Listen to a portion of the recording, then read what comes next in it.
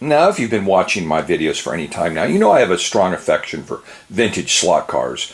For example, Eldon's, which I have several sets of.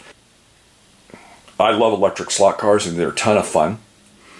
But I came across an interesting item. It is a quote-unquote slot car set, but battery operated, made by a company called Tico Toys, which has to be one of the smallest toy companies ever. From the rather limited research I've been able to conduct on Tico Toys, they were apparently in Pawtucket, Rhode Island. Very, very small company, and they made a small assortment of plastic toys and novelties, but also a lot of small holiday decorations like jack-o'-lanterns and witches and kind of tabletop sort of plastic novelty items. They were associated with another company as well.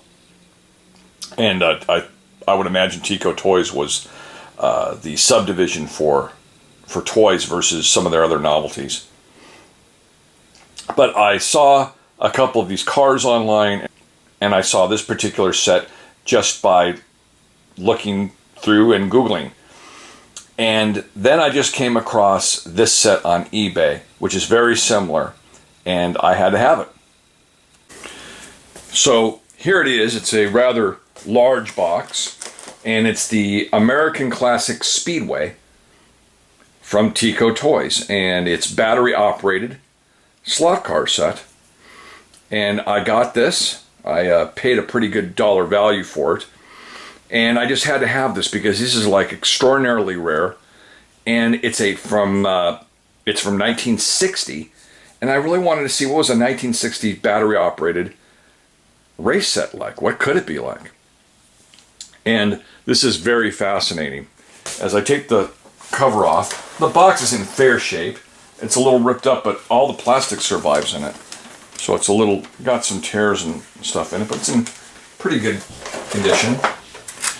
I do have an instruction sheet with it, which I think is great, which is also in fairly good shape. There's a few holes in it, but it's all there.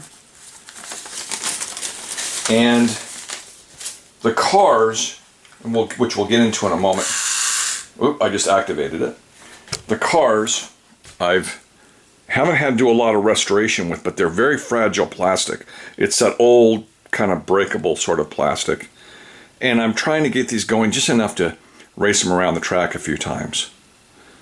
There's a red one and a blue one. They're both in really good shape. They're very delicate. I already broke a piece on one. I'll show you in a moment. They're very delicate, but in very good shape. I mean, if this was played with, it was played with once, maybe. Interestingly, the track is tied down with the original, or close to original, they're really old, wire tie downs. And there's a little dirt and a little wear on the track, so it's probably used once or twice, maybe, but certainly not used very much at all. So we're going to get the cars working and get them set up.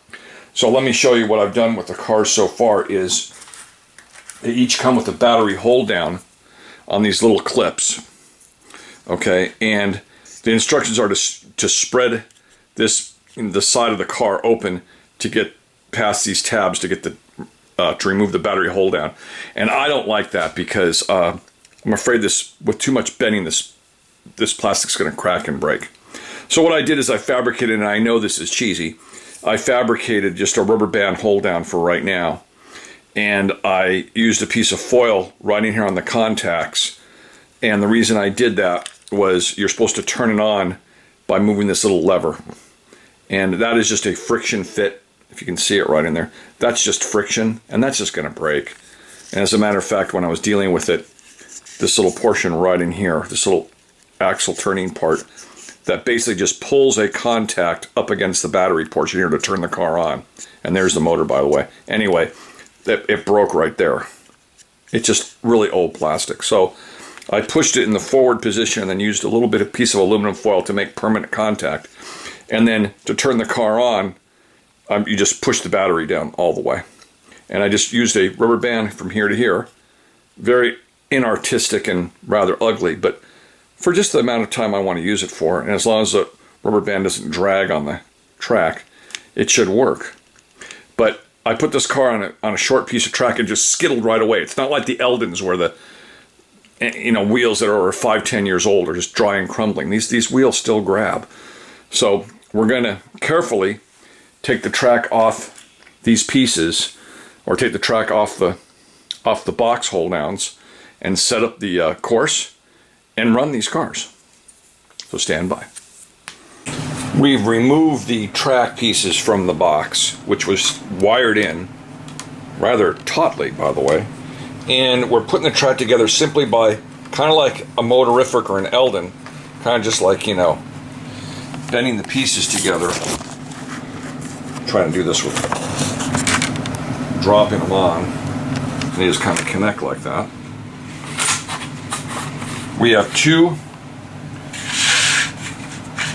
sets of circles and then a crossover piece of track in the center to make a figure eight. So here it is, all set up, and for the first time live, we're going to attempt to get the red car going around the track.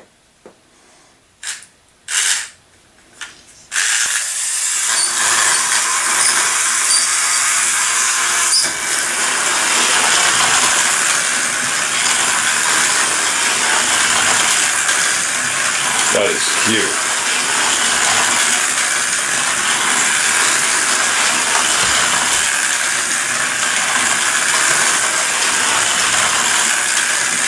There it is. Probably not driven since 1960.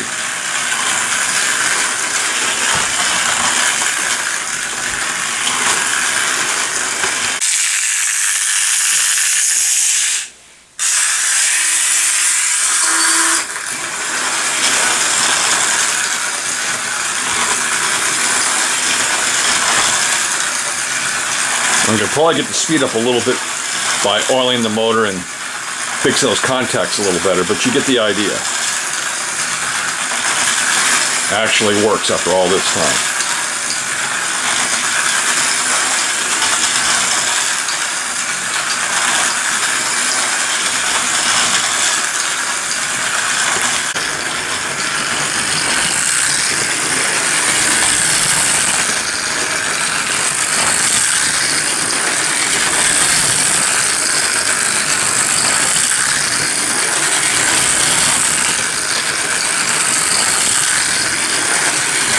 So cool.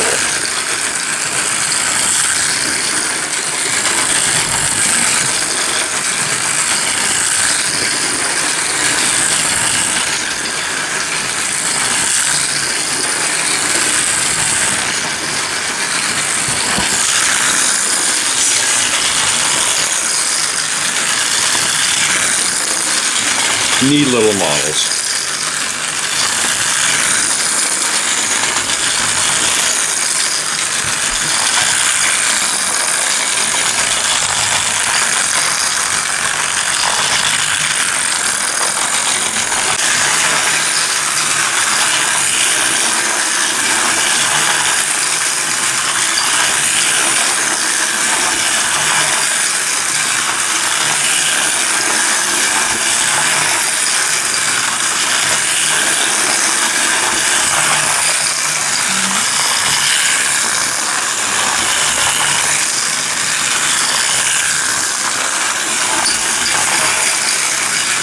It's a very simple propulsion device. The motor has two shafts on it with rubber tips.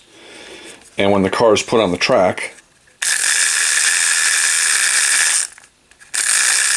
it engages and drives.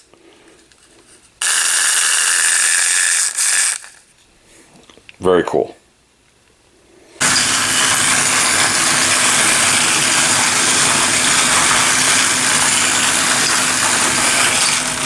Uh-oh.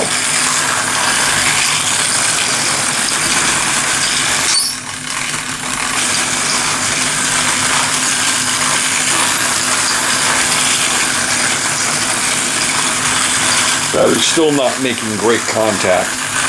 More work will have to be done, but you get the idea.